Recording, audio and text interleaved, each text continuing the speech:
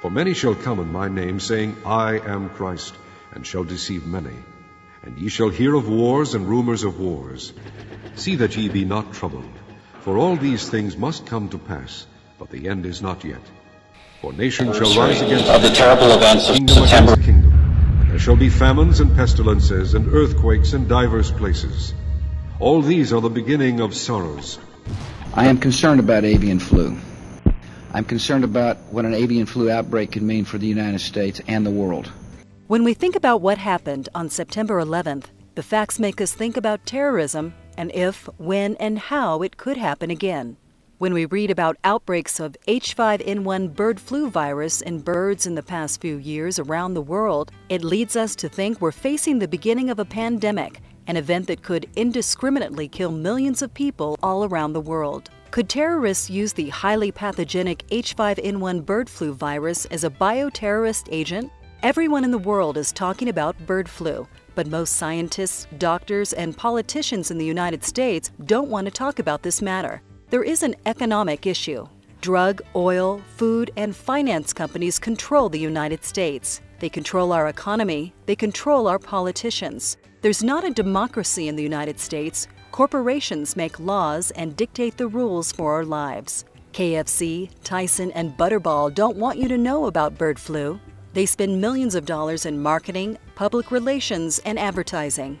These corporations and congressional members in D.C. have great connections and often promiscuous relationships. Media cannot blame only Republicans for these unhealthy partnerships. When Bill Clinton was governor of Arkansas, where Tyson, the largest American meat producer, is based, there were allegations of influence peddling in the state government, aggravated by the fact that the governor's wife, Senator Hillary Rodham Clinton, also served as a lawyer for Tyson.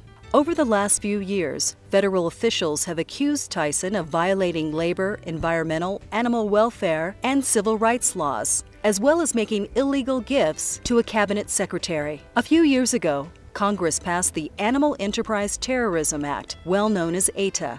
This bill was introduced and pushed by big businesses for big business. AETA protects the interests of animal enterprises such as the National Pork Producers Association, Pfizer Drug Company, and other pharmaceutical corporations that engage in cruel and unnecessary animal testing. McDonald's and other fast food corporations that profit from the sale of factory-farmed animals for food, and Johnson & Johnson, Procter & Gamble, and other cosmetic companies that often abuse animals to test and retest their latest line of beauty products. AETA is only concerned with corporate America, not the American people. Senator Dianne Feinstein was a sponsor of this bill. Democrat Feinstein created more rights for the corporations that strive to keep the secrets of their work from entering public scrutiny while demonizing public outcries. With this corporate agenda in mind, the senator from California sponsored the bill with the right wing.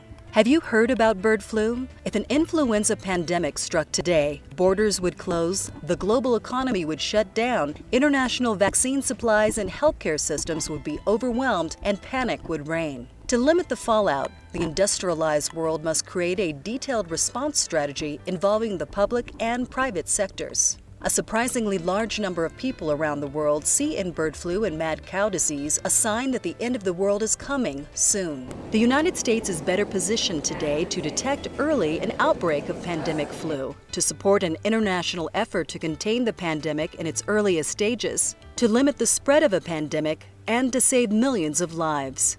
A new research paper has been published in the United States proving that bird flu, which has so far only killed people in its pure form, is capable of combining with conventional human flu viruses. A mutated virus combining human flu and bird flu is the nightmare strain that scientists fear could create a worldwide pandemic. The pure bird flu strain, H5N1, has caused hundreds of deaths recently around the world. Some leaders are talking about bird flu. England is taking serious steps to prevent this attack. A pandemic flu bug would pose a greater threat to England than terrorism, according to official papers. The British government has recognized that deaths from global flu will be on a scale far beyond anything related to such an attack. Until now, the official list of threats and risks facing England had been kept confidential. Prime Minister Gordon Brown announced plans to publish a risk register, and at the top of that list is pandemic flu. British people are saying that it's not a question of if, but when, and that it could kill 750,000 people in less than 24 hours. Brown said the greatest threat facing England is neither a terror attack nor climate change, but a flu pandemic. Are bird flu and mad cow disease a fulfillment of Jesus' prophecy about plagues in the end times?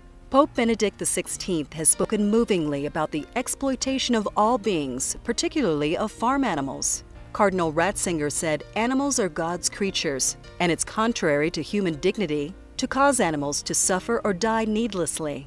People may not be aware that nearly 2,000 years ago, Jesus was predicting events like the outbreak of bird flu and mad cow disease that would unfold in our time and place. Health officials have warned that the risk of a human influenza pandemic remains real and is probably growing as the bird flu virus becomes entrenched in poultry in more countries.